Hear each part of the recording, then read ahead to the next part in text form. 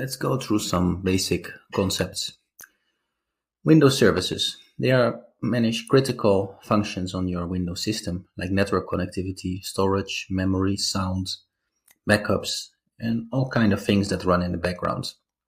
You can find these by starting a program called services.msc. So if you run a program and you type services.msc, and then starts a program that allows you to manage Windows services. So you'll see here, these are services list for Windows. You'll see different options in here. Some are running. You'll see, for example, Apple mobile service here, application information, Bitdefender as a virus scanner. So you can see which kind of services are running with that program. Another program that you can look at is Windows Registry. And that's a database that stores configurational settings like keys and preferences for Windows and other applications. So usually it stores information about the applications themselves, but sometimes malicious applications like virus that want to start up when booting also write into the registry. So it's quite common that a malicious program like a virus writes changes in the registry, in the Windows registry, to try to make it start automatically. And so to see the Windows registry, press the Windows key and type regedit. You'll see registry editor. So that's called regedit. And you'll see that this contains all kind of keys.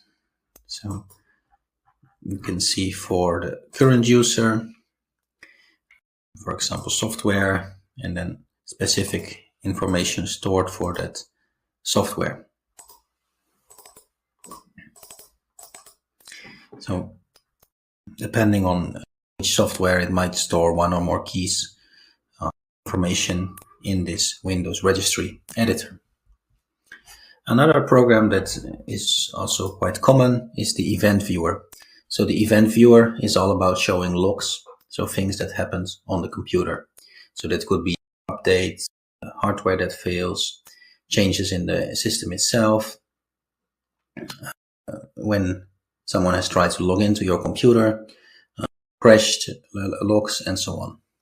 So it can find, it's like a database that's on any Windows system that shows you about applications, so all kind of applications that were installed, about system events like the hardware failing or things like that, and also security related, so like authentication and things like that.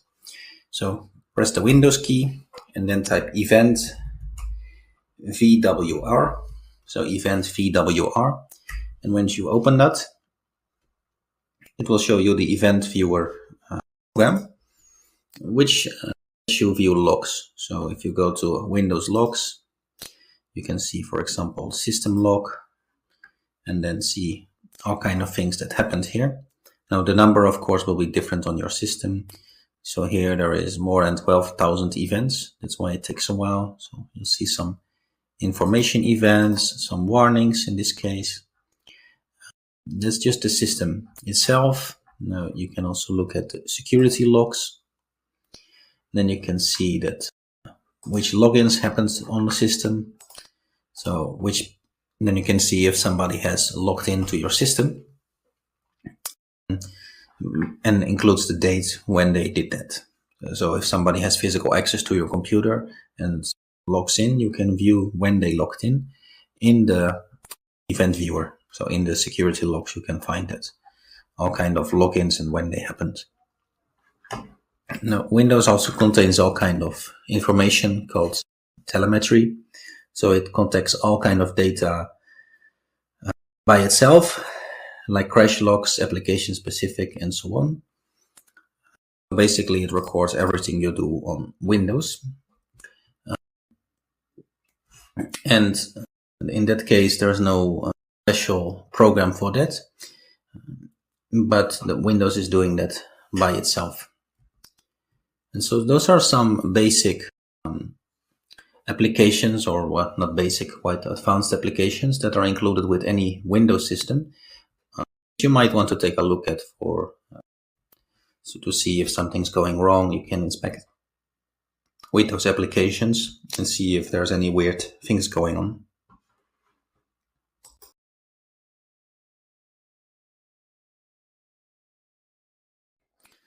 On any Windows computer, you can either be an administrator, so completely control the computer, or just a standard user. Now, you might think that's a minor difference, but it's actually a huge difference, because an administrator has complete access over the computer. It can install software, delete users in the system, add new users, and do all kinds of things. So any hacker that gets into your computer, they don't want to be a standard user, they want to be an administrator, because then they have complete control over not just your account in the computer, but all of the accounts. So standard user, if a hacker gains access to your standard user account, what they'll try to do is try to become administrator, because then they have more possibilities in your system to get access to other users, to install software, and so on. So they don't want to be just a standard user. So you can change your default to a standard user, and then if your computer gets hacked by any chance, then the hacker can only access that area of the computer, so they may not be able to install new software or to access other user accounts immediately. So you can search for user accounts, and you'll see this: add, edit, or remove other users. Let's close this one. Just search accounts, manage your accounts, and you'll see the type of user that you are. So that should be a standard user and not an administrator. So this guy is obviously not doing it right. Should be a standard user by default and only be an administrator when you're doing administrative tasks. Now on Windows, there's all kinds of sign-in options. So you can sign in by passwords, but also with physical security key, fingerprint options. There's all kinds of options to authenticate. So if you search for sign-in options, you'll have a choice of several options. Now, depending on your computer or which things you have, which hardware you have, you might have some of these options. So password is one of the most common one. If you use a password, then choose a strong password that is really hard to guess.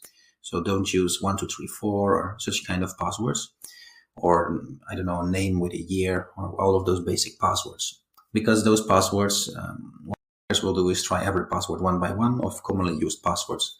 So you want the passwords that is not commonly used, or you can simply use one of the other methods. Now I don't recommend biometric in general, because it is not something nobody knows. Like, for example, your face, like, okay, multiple people might have seen your face or have a photo of your face. Fingerprints, they can be copied as well. You leave them everywhere. But the security key, physical security key, is another thing. And well, not everybody has the physical security keys you have. So that is like a hardware product that you can use as alternative to the passwords. Windows has another feature called the user account control. And so that notifies you if something happens in your system. For example, malicious software might try to become administrator, or try to do things that it shouldn't do. For example, install drivers or make changes in the firewall, and so on. So you can set up notifications for that with user account settings. So if you go to change user account settings, you have several levels here. So either it's always notify or never notify. So this is the worst setting. You want this to be set up all the way up, so then whenever something happens in your computer, you get notified of that. So that's the principle of least privilege. So there should not be anything allowed unless it's absolutely necessary for the task. So for example, if we need to do a presentation or something like that, we might not want all those notifications pop up. But by default, we want that to happen. For example, if you by accident start some virus, you want to be notified of what is going on. So by default, you want this to be always on top. Now you can also configure like the password length, the minimum password length, and such kind of settings, or how many times you can try to log in a tool called the local group policy editor. So that might or might not be available in your Windows computer, depending on which Windows you have. So those are some of the programs you can use to set up or to look at account security or identity security.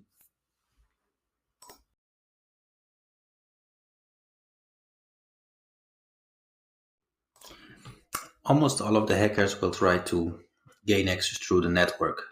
So you might see something in movies like using some signals on the radio or whatever, but almost all of them will try the network because most devices, Windows devices, are usually connected to the internet.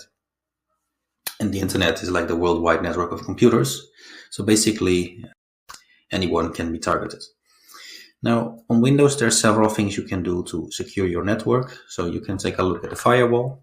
Now, that's a built-in application that blocks and unblocks network traffic. So, like you can try to what data can enter your computer and what can't. Now, of course, there's also Windows Defender Firewall is like a software version, but there's also hardware firewalls that you can plug into your network. So we'll just take a look at software firewall, so on the computer itself. So you can start it if you run the computer and type wf.msc. That starts the Windows firewall, so that's wf.msc. So the firewall should be on first of all, so that you can detect if the firewall is on. Then you can set rules in that firewall. So for example, inbound and outbound rules. So you'll see I have a lot of outbound rules here of what is allowed, but no inbound, or also some inbound rules here. There's an option for monitoring. So you'll see that the firewall is on, and it can block things, block incoming traffic as well as outgoing. So this is one of the things you can do. You can enable unused networking devices, so not inside the firewall. But if you go to your control panel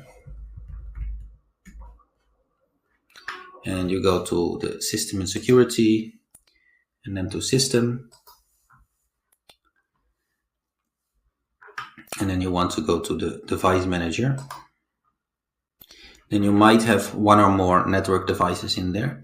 Now disable any network devices that you don't use, because network devices are ways into your computer. So you only want to have the one enabled that you actually use. Now on many Windows computers, there's a feature to do file sharing. So in the file manager, you can, for example, go to create a new folder, and you can create any folder you want, of course, in Windows. And on Windows, you can share those folders on the network. So that happens quite a lot in office environments. So if you go to properties, there's an option for sharing, and then you can share it over the network. Now that is done using the SMB protocol. Now this is also very useful for in the case that you want to share something on the network, but hackers will try to use it as well. So it's a file sharing network for the network, and what you can do is simply disable it so that that is not a way into your computer. And so, well, a useful feature, you can disable it using PowerShell. Now take some moment to load, and then you can type disable -Windows optional feature -online feature name SMB1 protocol. So if you type that command, it will disable the Windows file sharing, so that you don't actually share files of your computer on the network that a hacker might try to access. So you can just disable that. You can also take a look at the DNS settings. So on Windows, there's a file called that is in the directory c:/windows system32 drivers etc, and then there's a file called hosts. That file you can set custom internet addresses. So you'll see in this case some example. You can link this internet address to that website. Now that's very useful, but you might want to check that malicious software is not trying to add anything there. So sometimes malicious software does that, and you'd see the network address and some domain names that you might not know. So those are some of the things. One important thing is that you want to prevent remote access to your computer. You don't want somebody installing a program or starting the program by accident that gives them complete access remotely. And Windows allows remote desktop by default, so that's one of the things you want to disable. So if you go to Update and Security, or go to the Control Panel, and then find Update and Security, or just type Remote App and Desktop Connections, you'll see Windows Remote Desktop, there's no connections at the moment. Go back and you'll see Allow Remote Access to your computer. So you want that to be disabled, because otherwise, if they have your username and password, they can just remotely log into your computer and do anything they want to do. So you want to disable that. So disable it. So that's in Allow Access to your computer. And you can also find it by typing remote desktop. Remote desktop connection is if you want to connect to the computer, and you'll say allow to remote connections from this computer, and then you can enable or disable it. But you want to disable it because you don't want anybody to connect into your computer.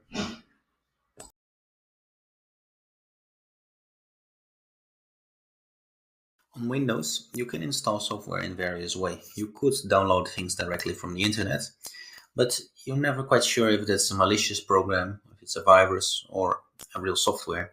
So one of the ways that you can prevent that is just using the Windows App Store. So that's if you press WR or Windows Run, you can type Windows MS Store, or just click on the store itself. Search for Windows Store, the Microsoft Store. If you use that, you can install applications from there that are very unlikely to be malicious, because Microsoft manages that store. So you can find all kinds of apps there, and you don't have to go on the internet browser, internet trying to search the apps, but just download them from here, and you have less chance to download a malicious app. Now, you can also enforce that if you want. So if you go to the select apps and features,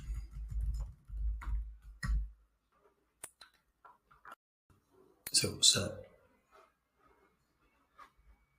just go to the Windows settings and then search for select apps and features.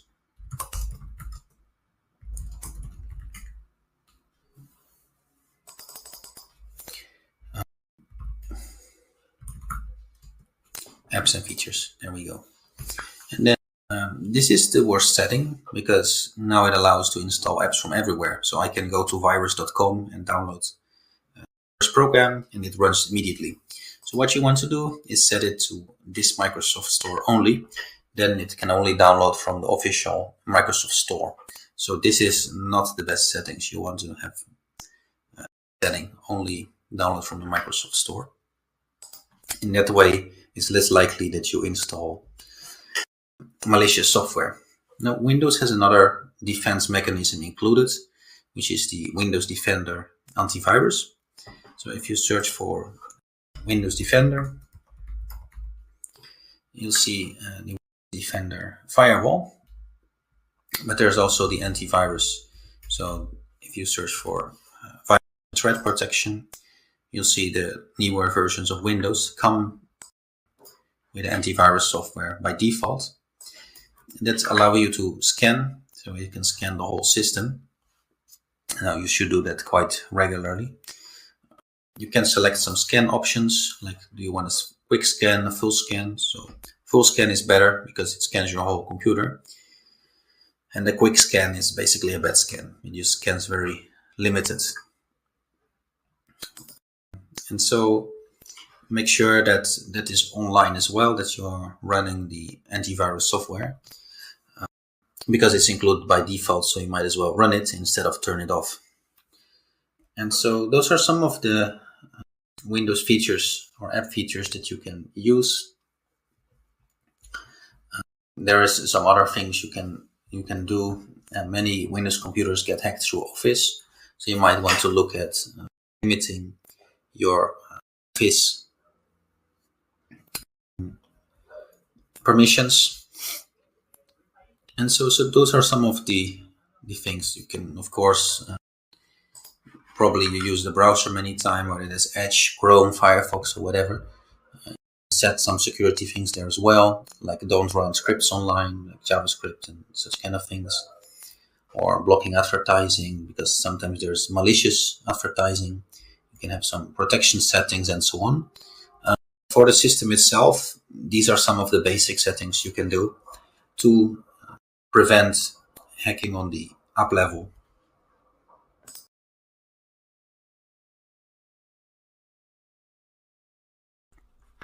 It's important to don't run random programs from the internet. Now, in this video, I'll show you why.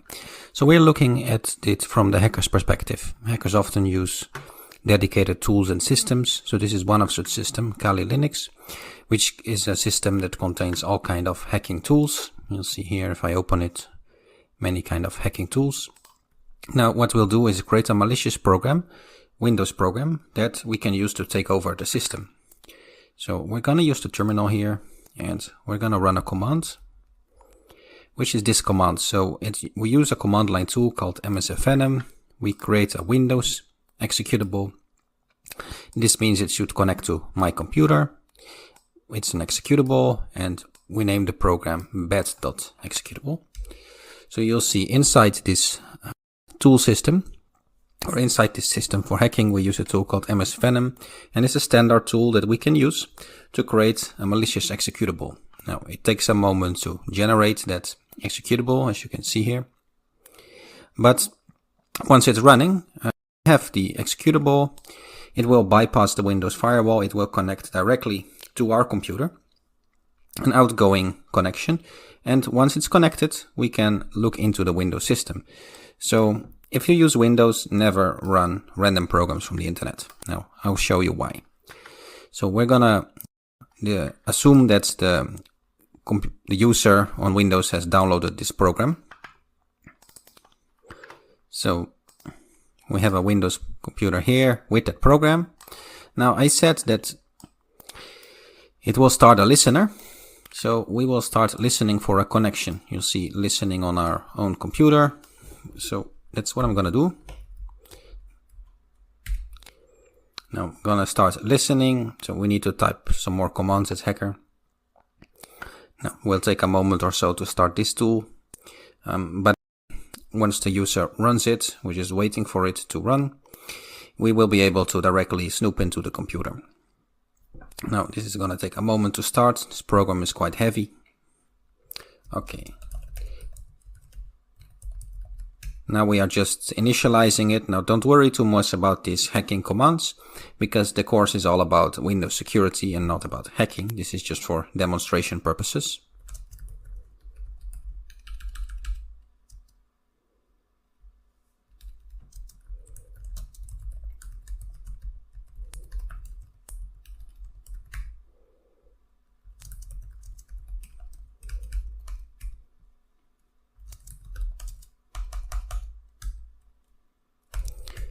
Okay, we had to type some commands, but now it's listening for a connection. Then the user that downloaded this program bed.exe is just gonna execute it, right? It got it by email or whatever, and it's just gonna run that. And if everything worked right, here we go. We are inside the Windows computer. If we take a look at the files in the computer, you'll see we have bed.exe here. We can now make directories, delete files, and so on. For example, we might want to delete a file, let's say bed.exe, and you'll see it will disappear from the... Okay, in this case we don't have permission yet to modify on the desktop. However, we could snoop around, for example, taking a look in the documents directory. Maybe there's some important documents or whatever hacker is interested to do. And so you never want to run random programs from the internet, because one click can mean your computer is compromised. Your computer is hacked just by one single click on a program.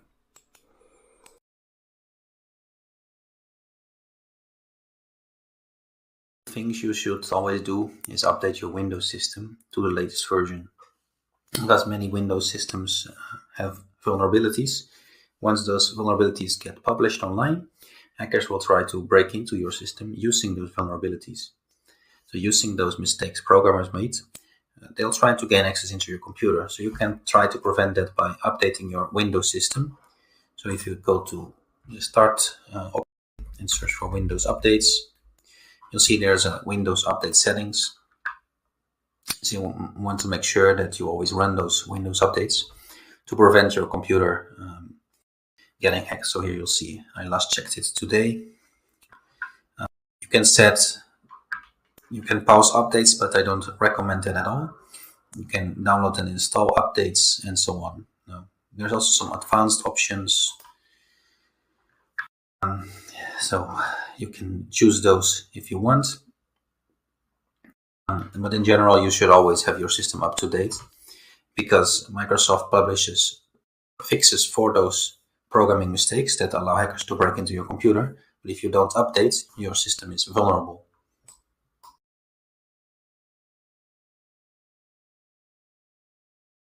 On any computer, all the data is stored on the drive or the disk, depending on which term you prefer, but the physical disk.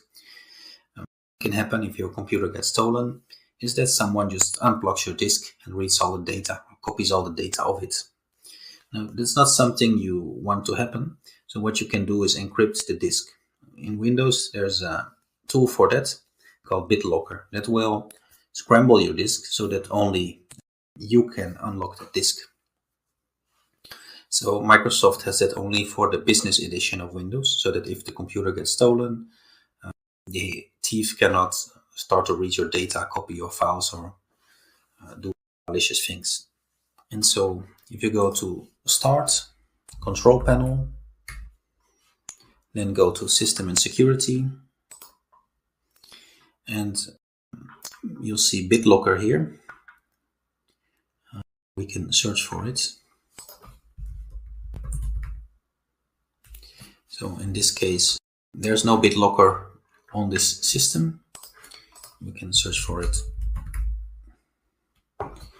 You'll see in this case there's no BitLocker on the system, but on the edition of Windows you can enable it. It has been around from around 2004, and what it does is it scrambles your disk. And so if somebody tries to take out your physical disk, which they can if they steal it, and plug it into their computer, they only have access to the scrambled data. They'll need your actual password, the BitLocker recovery key, to be able to access your data. So you can protect your data that way as well. You also might want to update automatic backups. In case your disks breaks, you want to still have access to your data. And so you can search for enable file backups.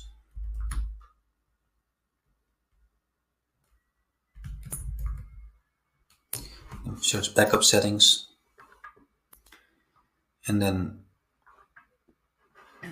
you can add a drive and do automatic backups. So either you can upload to the cloud, but I recommend doing physical backups, having 3 backups, maybe 2 at the home and 1 on offsite location. So because online things can go wrong as well. You might not have internet on the time you need your files. If you have 3 backups, 2 one in your home, 1 in your office, and 1 somewhere else, then it's very unlikely that you'll never be able to access your data. So that's the 3-to-1 rule.